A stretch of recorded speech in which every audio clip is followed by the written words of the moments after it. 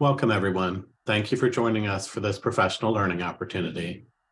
I am Scott Mathias from NCEA, and I will be facilitating this webinar today. Just a few housekeeping notes as people are joining. If you have questions during the presentation, feel free to use the Q&A or chat windows. We will be monitoring the questions and we'll try to answer them all in the allotted time. Within 24 hours of today's webinar, I will email everyone a link to the recording, as well as an online survey. Once you fill out the survey, a certificate of completion for the webinar will be emailed to you. Today's webinar, Creating a Culture of Emotional Support and Care, Practices and Habits of Care that Foster a Nurturing School Culture, is being led by Whitney Stovall, Catholic School Partnership Specialist, and Julie Emery Johnson, Senior Partnership Consultant, both with Friendzy. Before I turn it over to our presenters, let us begin in prayer. In the name of the Father, and the Son, and the Holy Spirit. Amen. Father, when our children are overwhelmed, anxious, grief-stricken, weary, or troubled in any way, do not let them despair. Guard them against any detrimental thought processes that could become a stronghold in their lives. When they are frustrated, soothe their soul with your understanding.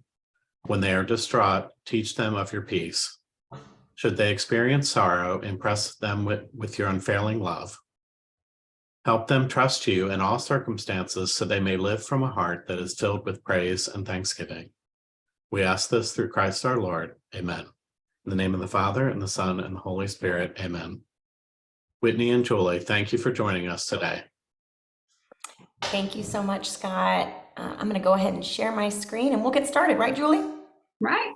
All right, so Scott, thank you so much for the introduction. As Scott shared today, we are going to be talking all about how we can create a culture of emotional support and care on our school campuses.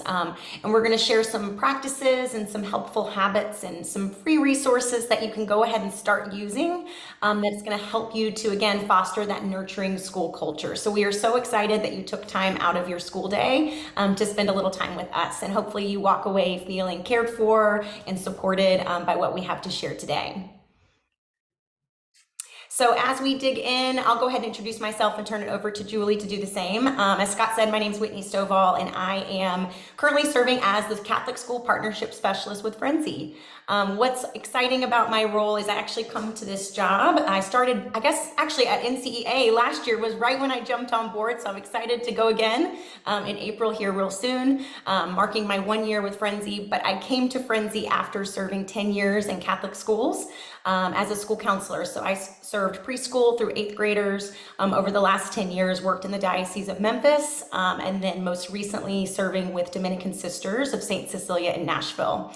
I now live in Chattanooga, Tennessee, and get to partner with Catholic schools and Catholic educators like you, all about Friendzy. So excited to meet you all. Thanks, Whitney. I'm Julie Emery Johnson. I'm now serving as the National Partnership Director. I'm in Birmingham, Alabama. Super excited to be with everybody today. I'm going to echo or at least jump on what Whitney just said about NCEA. We're super excited to see you guys in Texas. We're excited that Friendzy is going to be playing a big role at NCEA this year. So we hope to see you all there. That's going to be really fun. I am formerly the curriculum director and the director of Catholic schools or superintendent for the Diocese of Birmingham. I am an advocate of Catholic education and private education in the U.S. I just finished some research studies on a topic that you're going to hear me talk a lot about today. So we'll dig into that a little bit. And I am really excited to be here. I'm going to go ahead and dig into today's agenda because I know it's going to be just a kind of a power hour for everybody as we talk about this stuff and hopefully just give you a lot of things to take back to your buildings and equip you to really work on nurturing supportive habits and culture in your class, in your schools and in your classrooms. So looking at today's agenda, that's it. That's our goal, to equip school leaders and teachers with resources and strategies that create those healthy habits that we were talking about, really nurturing a culture of support. We're going to start by opening the conversation, which I feel like we've kind of already done. In a minute, we're going to get to hear from you, which is always the best part. And then Whit's going to talk a little bit about culture in general. And then I'm really going to dig into leadership and culture, and just the implications as leaders of faculty and staff. And then Whitney is going to dive in a little bit to what that looks like when you're the leader of students and community. And then we're going to tool up. We're going to give you some things that you can take right back to your building and just give it a try. So hopefully you'll find this time helpful, and we appreciate so much you joining us today. Awesome. All right, so as Julie said, we love to engage with our participants here. So we've got a little 90-second conversation and connection that we want to unpack. And so today we're going to talk all about what emotional care in our schools looks like. But we know you're likely already doing some amazing work to support yourself and to care for those in your school building. So I would like to invite you to maybe in the chat, and Julie, I'll probably need your help kind of monitoring what's coming in. Share one way that you are caring for yourself or supporting your colleagues before we dive into our conversation. So we'll give you 90 seconds to get some thoughts in there. There are no wrong answers. If you could just pop it in the chat, that'd be great.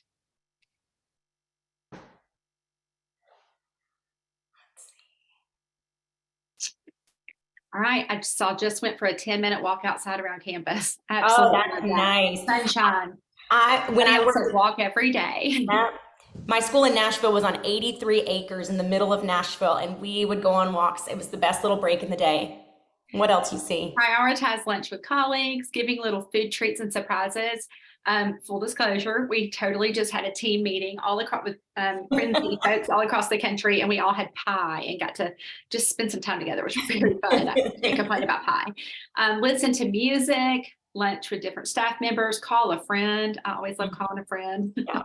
Sometimes you just need to hear a voice that's outside of the four walls that you're, all consumed with. All right, anybody else? We have about 30 seconds. Visit classrooms when they're doing something fun and having a booster, etc. Yes. Love that. Joy is contagious, right? Oh, nice hand lotion and all the hand washing we do with preschoolers. You got to have the good stuff. Yes. We agree. Okay, Christina said visiting pre-K, which I'm totally down with. It's hard not to be happy with the little ones. I agree. I feel like if I was having a tough day as a school counselor, I would always go visit pre-K. Happy hour with colleagues. Yes. Mm-hmm. Yes, yes. All right. It sounds like y'all are already doing some amazing things. Oh, I love hearing that. So thanks for your participation. Yeah. I know. And hopefully today you will continue to feel really affirmed in what you're already doing, and hopefully walk away with a couple nuggets of things that you can take and put into practice. So first, let's just talk about what is school culture. So school culture really starts with connections. It's all about connections. It's all about those overlapping and strong interactions that happen with all members of the school community. So we're talking you as the school leaders, you as the teachers, your students, your parent community. All those interactions are what really make up school culture. And a culture will be weak or strong, really depending on what those interactions look like on your campus. And when we think about culture, chances are I can say, in my school in Nashville over the last couple of years, culture changes, like especially with what we've all been experiencing throughout the pandemic over the last couple of years, what's happening in our world. It feels like there's always something going on that feels crazy and that we're all kind of dealing with, right? And so what is school culture on your campus? And so I wonder kind of what you would define your own school culture as. If you kind of had to think and kind of imagine what it looks like, what do you feel like it looks like? When I think about school culture, it's really all about being intentional about those connections. And so we have to do that. We have to create the space and the time to create positive points of connection in our school buildings. That's what's going to create that positive school culture. It's going to create a culture where everyone feels a sense of belonging and connection with each other. When we think about our faculty and staff, when we start there about creating that culture where we all feel like we belong and we feel seen and known and heard and cared for, we're going to be able to then spill over and do that same thing for our students. Model what that looks like. We know they're watching what we do, right? They're watching how we interact with each other in the hallways. And so when we foster that sense of culture among ourselves, they see it, and then we're more likely to see that kind of care and nurturing environment happen when they're on the playground, right? And so today we're going to talk more about school culture and how we can create that sense of connection. And when I also think about school culture at its root, it's really just about how we all interact with each other. And so it's all about belonging, and that's what's really at the heart of learning. We know that deep learning for our students is really, it's deeply relational. And so when they feel cared for, we're able to create that safe and supporting environment, which is what's going to best help our students to learn. Okay, so I'm going to dig into the perspective of leadership, the role of leadership in culture. And if you're a school leader or a district leader and you're on this call, this is certainly speaking directly to you. But if you're a teacher, these are really good things to think about. I think as teachers, sometimes we don't necessarily reflect on the kinds of decisions or the kind of environment that our leaders are cultivating or decisions they're making behind the scenes to set the stage for success. So I think it just is a good perspective to consider as we think about the whole sort of, environment of a school. So let's dig in just a bit. If you ask anybody, I think educator, non-educator, what's the role of a school? Like, what is the role of schools? The answer is going to have something to do with students. It's going to have something to do with students and student outcomes. I had a school in my diocese that would always say our job is to get kids to heaven. And so it was about the kids and an outcome, right?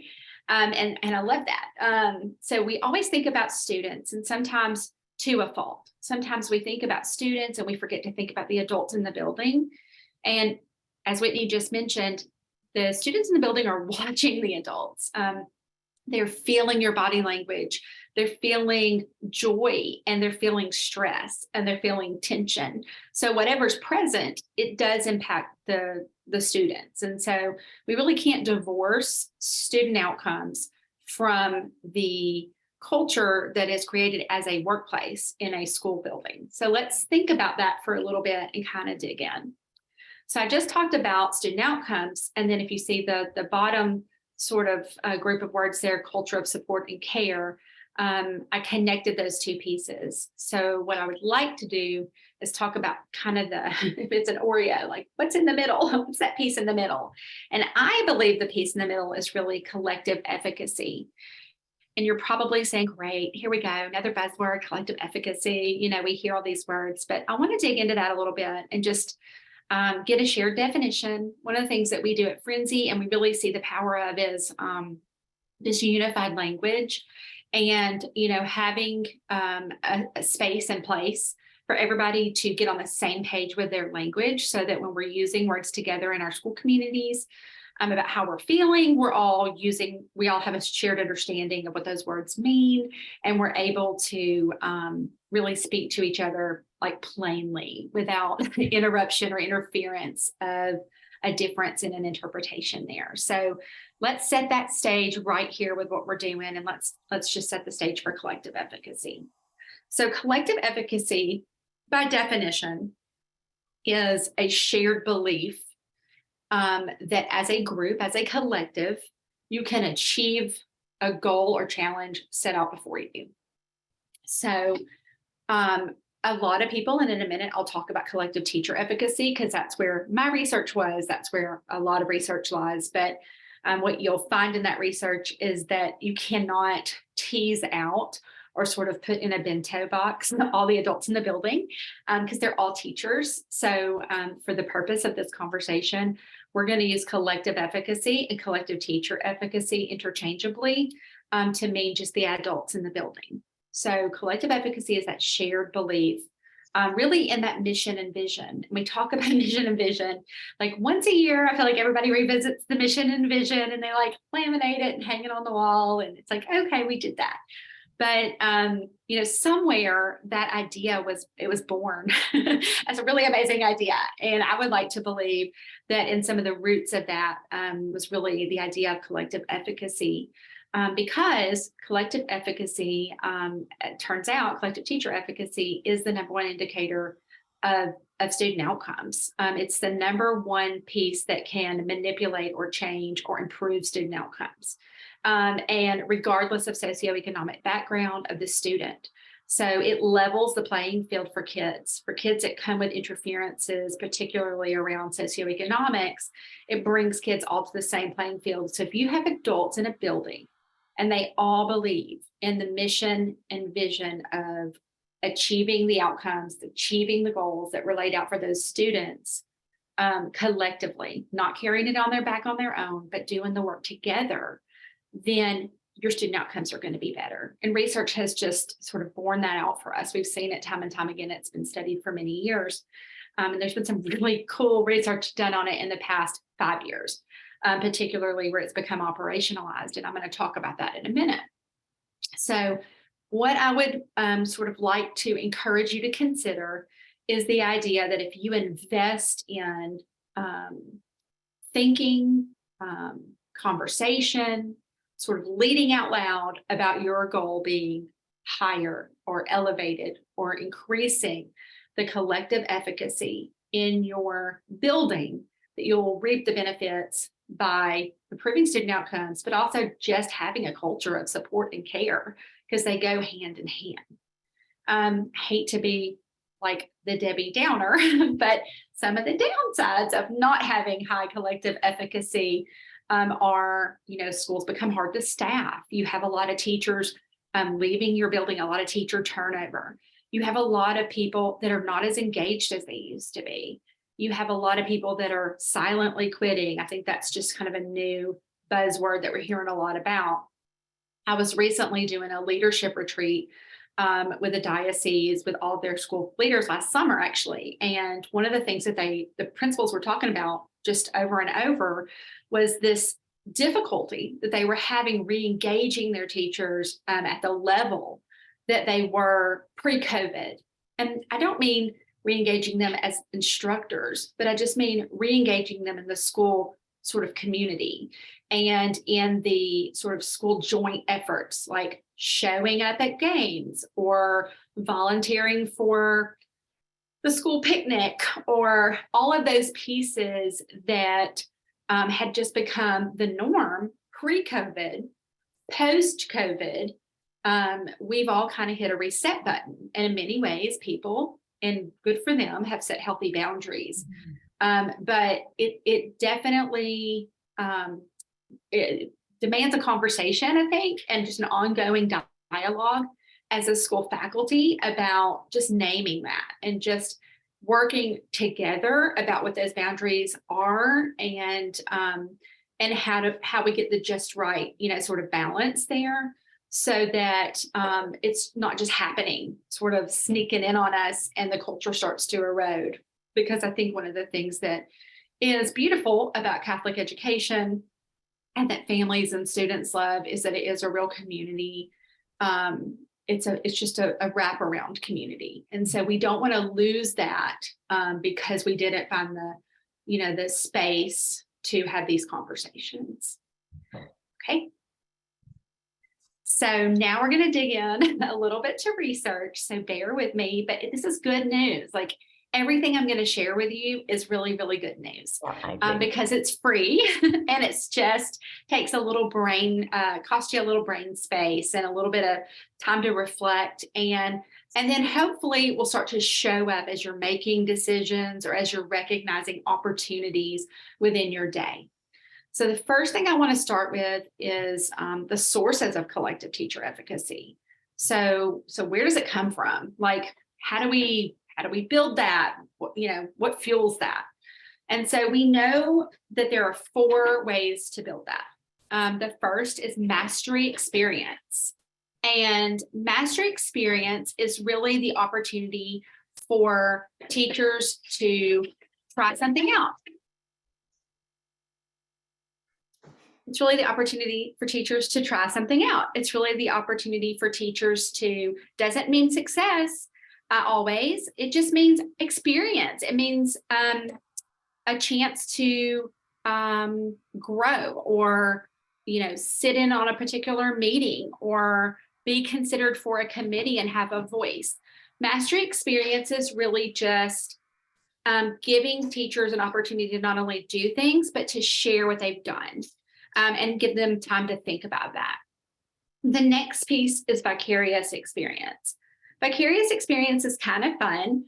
We all kind of do this, but we don't think about it. So a source of collective efficacy that would be an example of vicarious experience would be observing another teacher, or even hearing about a school that's similar to your school and something that they are doing or not doing, and the outcomes there. Like really getting motivated by people that have had like experiences or experiences that you would find relevant or adjacent to the work that you're doing. Okay, so the third source is social persuasion. I kind of love social persuasion. And when Whitney and I were talking about this, I'm a very social person, and a whole group of our friends and colleagues from Friendzy were actually in Las Vegas last week at a conference, and they kept sending us fun pictures, and they were running into these amazing educators, and they were just with a lot of like-minded people that are really thinking about biblically based social and emotional character development. And so it was just fun, and we were getting lots of fun updates. And I was definitely like, I want to be there. That sounds so fun. Like I was excited. Social persuasion is just getting excited by having, a conversation with others, believing that, maybe I couldn't do this by myself, but if we did it together, we could really achieve this. So it's the sense that as a team, you can really make an impact. I think our team's going to do that at NCEA. It's going to be super fun. Okay. And the last one is affective state. And affective state is just positive, like being positive, having confidence in your teachers, letting them know that you have confidence in them. It doesn't mean false flattery. One of the things I keep hearing lately is like, they're a rock star. And I'm like, that's nice, but it's empty. So really affective state is impacted or changed when you connect it like you do with your students, when you connect it with something meaningful, something that is tangible, when you notice when they do something really well, when you notice when they do something extra, when you have a sincere conversation with them about your confidence in them, and it builds their confidence in themselves. So affective state is another piece. Okay, so those are the sources. Again, they're all free. You can walk down your hall. I think you can, just kind of fire off a list of any of those things at any time, because they just happen in our schools. And you can certainly set the stage or be intentional and think about those kinds of experiences. One of the things that I often do is look at professional development plans and just kind of mark each of the sources, just to be sure they're kind of all there or they're all represented. And I just use that language because I think it's important for people to start thinking about the intentionality behind those pieces. Professional development represents most of those, but it's just talking about it. And it's really the science of culture to elevate the output of the school. Okay, so scooting over to the other side of that slide are the enabling conditions. And this is what you can really control. This is where you set the stage, you create standard operating procedures, you make intentional decisions for these conditions to be present. And so I really want to dig into these. One of the things I want to note is that the last one is supportive leadership, and that's not by mistake. And what you're going to notice is that everything that precedes supportive leadership is really like a building block to, it's part of supportive leadership, with just a little bit more at the end. There's just like a little bit more to supportive leadership, which justified having its own sort of being its own condition. So let's talk about those really quick. There's 5 enabling conditions. The first one is goal consensus. I know it's a lot. We get busy. We create these continuous improvement plans. We are working on accreditation, or, we're looking at creating strategic plans or yearly plans. and we're out there, got our head in the game, maybe even in the summer, really reviewing everything. And it's very easy to just need to get that off your list. But when you're thinking about setting goals, particularly goals around student outcomes, it's really important to have the teachers' voices there and let them lay eyes on those goals, have conversation around those goals, even help set the goals if if it's not super evident based on, whatever your data is, have that discussion and let them help you find the just right number or the measurement tool that's going to help them have goal consensus. Because when they have buy-in around the goals and when those goals are visible and when they're not just sort of, like written and put on the shelf, if you continue to kind of hold those goals back up and have that continuous conversation. We're big fans of Covey, and one of the things is like have a visible scoreboard. I think that's really good in schools too. I think if teachers can be reminded of those goals and celebrate the progress towards them, it's very motivating, and it's definitely a contributor to a positive school culture. All right, the next one is embedded reflective practice. I think a lot of people are already kind of doing this a la carte. I would encourage you to think about it more as a collective, particularly this time of year, or maybe a little bit later in the spring, when you're looking at schedules and scheduling for next year, or when things are getting super busy. I was on the phone with a school earlier today, and it seemed like everybody was in a classroom covering, because I think it's that time of year where people are, they're run down and they're getting sick. And so when you think about everybody kind of having to cover and take care of each other, think about this embedded reflective practice piece and just make sure if it's not happening because of things like that, that you're acknowledging that and acknowledging it as a lost opportunity, but that it's important to you. So embedded reflective practice is having a planning period or having some planning time to reflect on how your learning has gone. So teachers need that space. It also doesn't have to happen in isolation. So it can be professional learning communities. It can be professional conversations. I mean, it can even be in a faculty meeting where people are in groups or whole group and having some conversations. Definitely an opportunity to reflect on how things have gone, what you would want to do again, what you might want to do differently.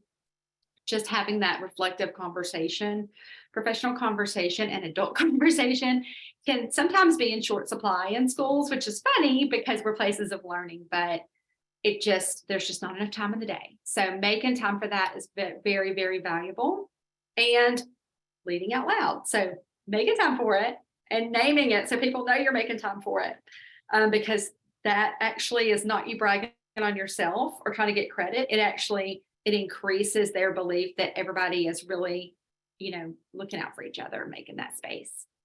Okay, the next one is empowered teachers. It's pretty self-explanatory, but you want teachers to have the opportunities to participate in professional conversations around new initiatives or look at data conversations or setting goals, all of those things that they can either self-identify, or even better, you can tap them and say, hey, I recognize that you're very good at this, or that you are very analytical in this way. I would like, for you to really put eyes on this and join this conversation, like intentionally inviting teachers to step up and have that voice, and then listening to that voice, really acknowledging what they have to say, allowing space for people to have conversations with their colleagues and come back and share with you, like the general consensus is really important for teachers to feel heard, even though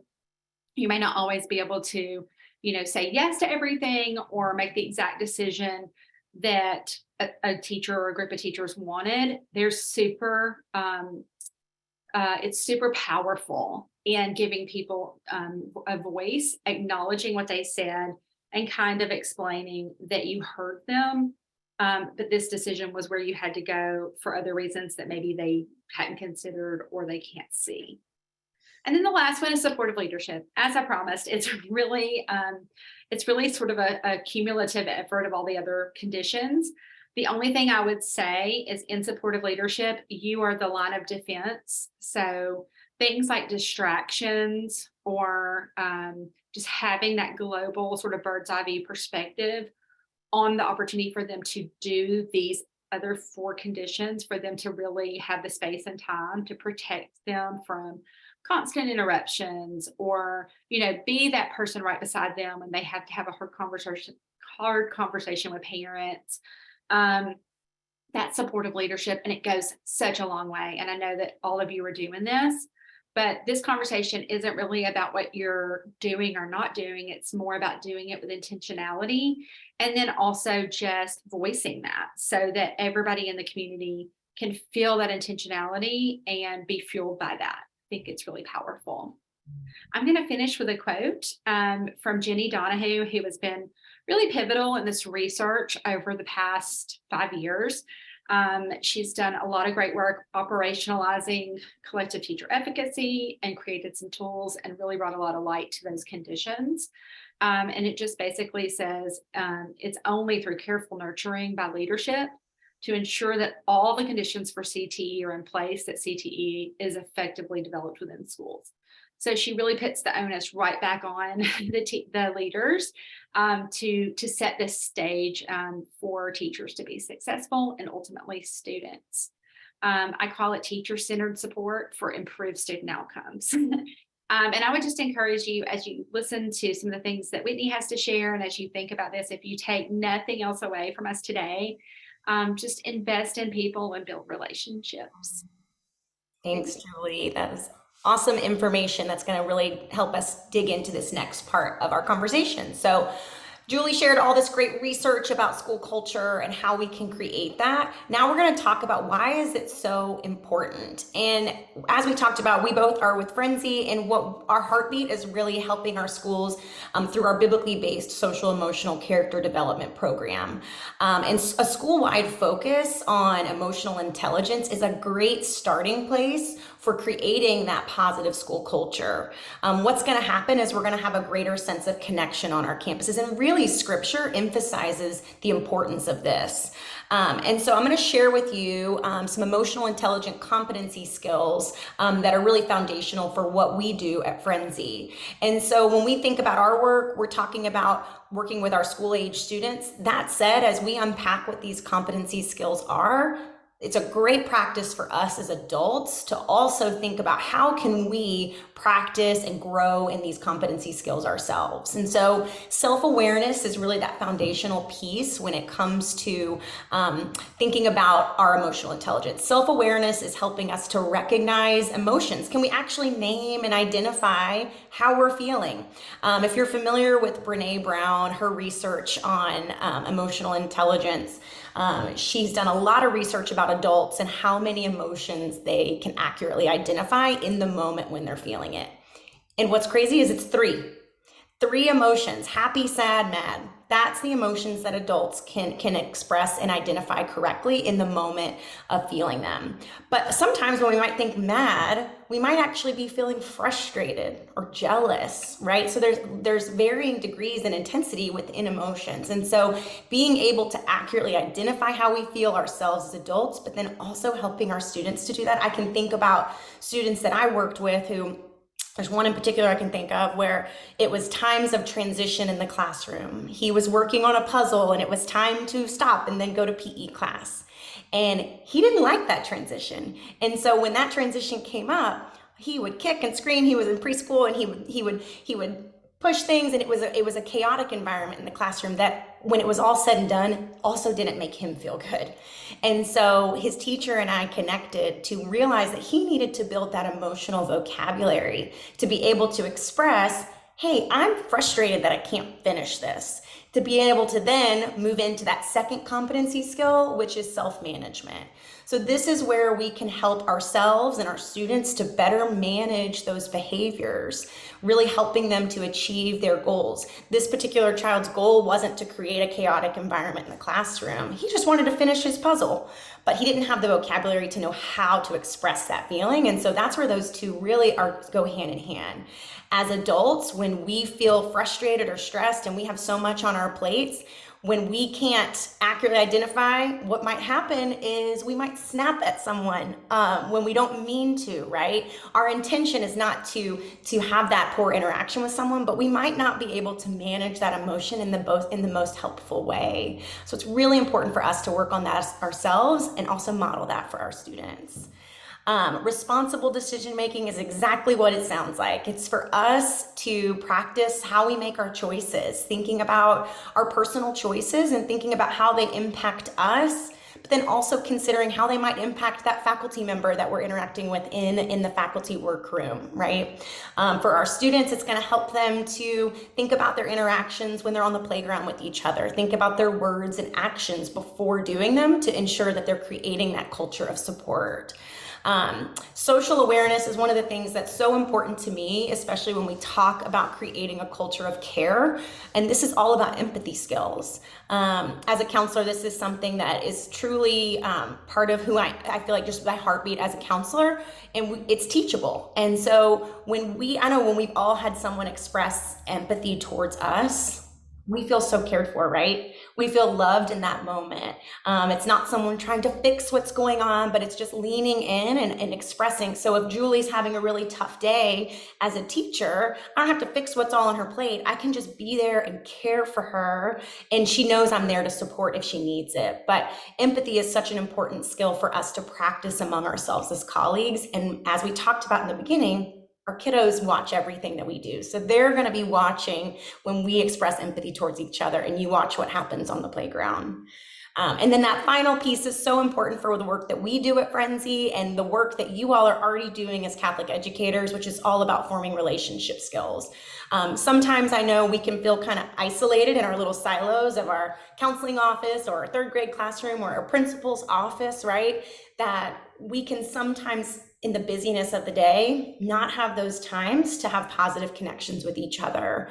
And so it's important, as you know, you mentioned going on walks on the campus, going to happy hour with your teacher friends, right? Those points of positive connections to build those relationship skills is so important. And what's going to happen when we have those relationships, we're going to be able to be in the hallways and interact in positive ways that, once again, we're going to be able to model that and show that for our students.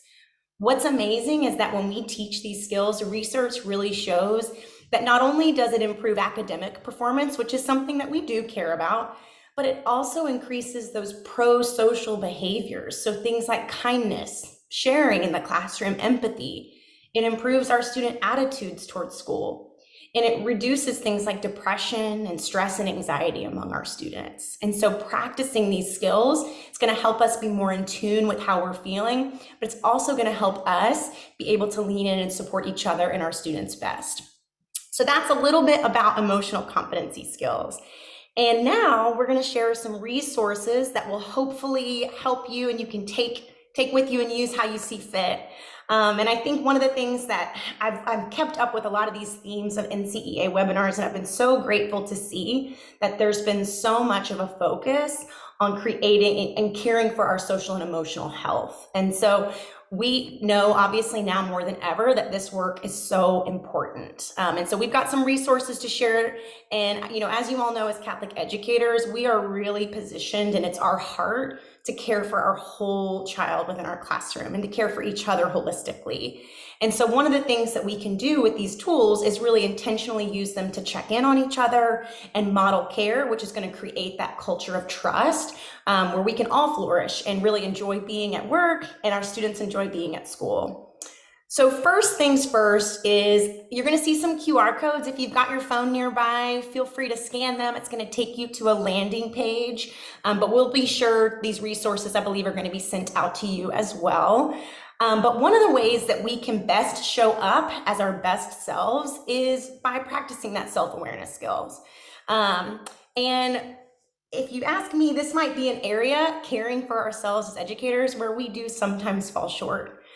We have so much that we have to do throughout the school day that sometimes we, you know, and then our family lives as well, we might not have the time or capacity or even the ability to stop and think about how we can best care for ourselves.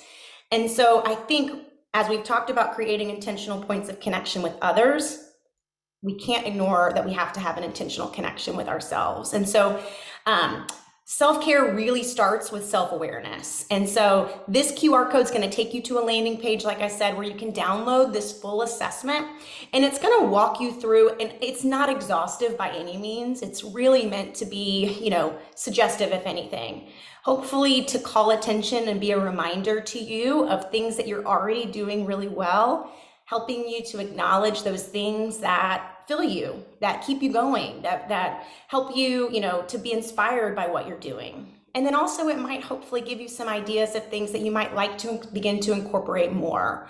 So it's going to assess things, like your physical self-care. Are you eating healthy? Are you finding time to get some exercise or get outside for a walk? Taking that time off when you don't feel well, go on a vacation, have something to look forward to, making sure that we're getting enough sleep. Our psychological care, it's going to really check in with how our emotional health is doing. There's going to be a section where we get to talk about and check in about our spiritual health. Is there any ways that we can continue to pour out to? And I think that's such a gift of being a faith-filled community, that we have prayer and hope, and we have our Catholic faith as really the foundation of how we get to do our jobs. What a gift it is that we get to do that in our work, right? And so, but how can we, continue to pour into that ourselves? It's also going to unpack things like our emotional health, our professional health, and our interactions with others at work, and then also our relational health. And so I think, it's a great opportunity just to acknowledge how can we fill our cups up to be able to then spill over into our students. All right. Next little freebie resource that we want to share with you is, again, calling into mind those emotion check-in opportunities. So you see here that QR code will again take you to a landing page where you can check out some resources that we have at Friendzy. You'll see the one on the top left is geared towards our little younger students. The one at the bottom is our middle elementary age students. And then the one at the top right is really geared towards our older elementary students. That said, I think this could be such a powerful exercise to use at a faculty meeting. Divide up into small groups, let each other kind of check in, maybe use that older elementary emotion check-in where you can share at the end of the workday how you're feeling. Maybe that feeling is you're feeling relaxed. Maybe it's I'm nervous. Maybe it's I'm frustrated or angry, or I had a tough interaction with a parent and I'm feeling really upset about it.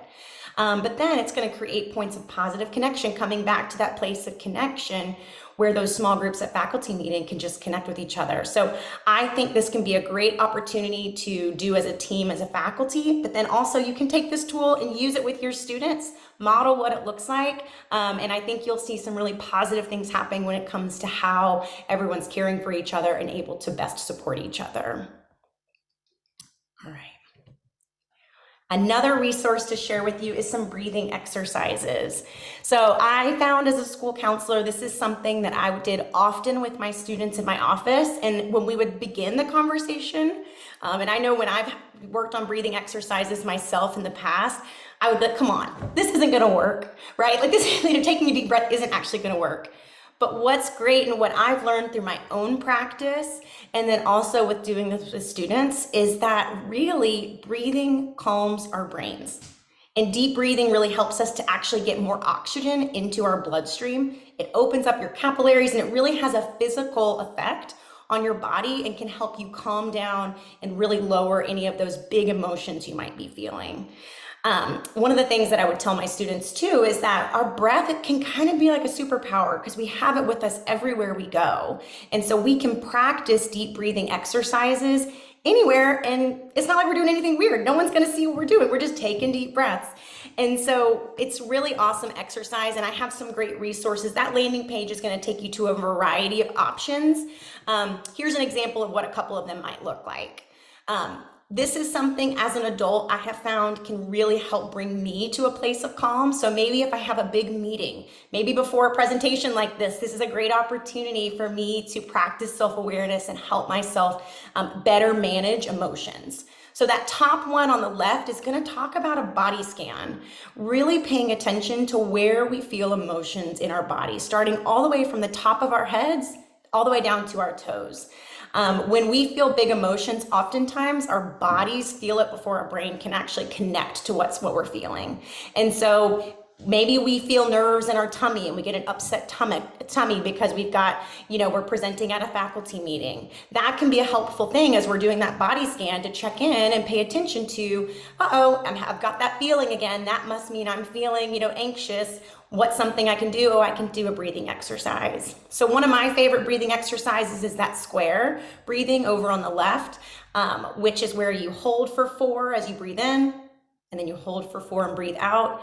I would tell students that this was a great exercise because they could do it on their leg underneath the table where they didn't, no one saw them doing it and they were taking a big test. They could do it in the car on the way to school if they were nervous about coming to school that day for whatever reason. And for us, it can be a great exercise that we can also do. The bottom one is a trace where it looks like waves. I love this exercise because I would often talk about, and I think for me as an adult, it's also still very helpful for me to recognize this. Big emotions in general kind of come like waves. Sometimes they're big and sometimes they're small. And the thing is, when we feel those big emotions, if we think back, it's not always been like that, right? And so we know the waves are going to come back in. But the wave exercise, you can again just trace the waves as you're taking your deep breaths. I'm a big fan of hiking and being in nature. That's my place of calm and finding, that inner peace within me and really being able to disconnect. So I'm a big fan of our mountain deep breathing, where again, you're able to trace those mountains. So these resources are free for you to download, use them yourself, model them in your classroom, share with your students, and see how that helps to support you all. And then this final exercise is one that I'm very passionate about. This is something that has really helped me in my own personal life, but then also it has been probably one of the most powerful tools that I have used in my counseling practice. When I was getting my master's in school counseling, we learned a lot about this idea of solution-focused therapy, which basically is how can I lean into this problem or this emotion and identify a solution, focus in on that solution to then ultimately get kids back to class, right? Be able to get back to resume normal. And so this is a great scaling resource that's a solution-focused tool. What's great about this is it helps us with self-regulation, helps us and our students to be our own problem solvers, and helps us again to remember that emotions come and go and that we can make choices to help get us back to a sunny day. So this resource, what happens is you can identify, okay, today I've got a big problem. It feels really stormy. It's like a stormy day. And when we think right now, it's 70 degrees and sunny and beautiful in Chattanooga. Half of our team is in Oregon and it was snowing there. And I'm not gonna lie, I was really happy with where I live right now. But we can't control the weather. Sometimes it's stormy. Sometimes we might have tornadoes, right? We can't control it. We might not be able to control a big problem or even a big emotion that comes unexpectedly. But as with weather, we can grab that umbrella. We can seek shelter if we need it. We can, stay inside if it's bad weather. And if it's a sunny day, we get to go out and we don't have to worry about anything, right? And so similarly, we can also identify how big problems or emotions are. And we can say, okay, I'm feeling a 6 today. What's a coping strategy that I can use to be able to feel better and get back to my normal routine, whether that's getting back to class for our students, or maybe for us after we've had a tough moment at school, maybe we take our planning period and we are able to regroup and get back. So maybe it's a breathing exercise. Maybe it's stepping outside the school building and taking that walk and getting fresh air. Maybe it's not doing your planning during your planning period and sitting and having a great conversation with a colleague by the coffee pot. Really pouring into those things that help to fill us and help us to feel better. So kind of taking that moment to name and identify that feeling and what number you might be at, and try to make choices that can help get you back to a place of calm and a place of feeling better. And so I hope these tools seem helpful to you and might be things that you could take and use. At Friendzy, we've got a ton of them. So if you have any interest in learning about more tools to support you and your school community, that's what we do. And so finally, this is a bit about us here at Friendzy. So this is my contact information, and Jules, feel free to chime in if you've got anything to add. But we would love to connect and support you in your mission to care for your school community. Be sure to reach out if you got any questions, and also come see us at NCEA if you're going to be in Texas. Absolutely. Thank you so much for being here. One of the other things I just would love to add is that we love Catholic education. We love working with Catholic schools. We work all across the country. If you haven't seen the Corpus Christi study that recently was sent out, we've had some great success, and we're able to really report that and share that and archive that for others to see and think about and see how maybe that could apply in their school. We're so excited to serve you. We're happy to help you with funding and those kinds of things, or even just wrap our arms around your community in a time of need. We're here for you. We're a nonprofit, and our mission is really to just grow a generation of kids that are really good friends and help them to see God's design for friendship. So thank you so much. We appreciate you. We celebrate you, and we're just sending you a big hug and hope that this helped you have a better day. So take care and God bless. Thank you both for joining us today, Whitney and Julie. We're really looking forward to the keynote presentation at NCA 2023. If any of you in the attendance have not registered yet, make sure to do that. You won't want to miss Friendzy's keynote presentation. And you can get to the website for the convention at ncea.org/NCEA 2023 or ncea.org/convention. And as I said at the beginning of the presentation, you will get a link to the recording. I'll send that to all registrants within 24 hours. And I will also include with that the handouts from this presentation, the slides, and the things that were linked with the QR codes, as well as a survey. And if you fill out the survey, you'll get a certificate of completion if you need that for your school. And it also helps us with future planning for webinars. To see what's coming up in our webinar lineup, you can go to ncea.org/webinars. And we'll look forward to seeing you then. And ladies, I'll look forward to seeing you in Dallas. Can't wait. Thank you. Have a blessed day. Y'all too. Bye-bye.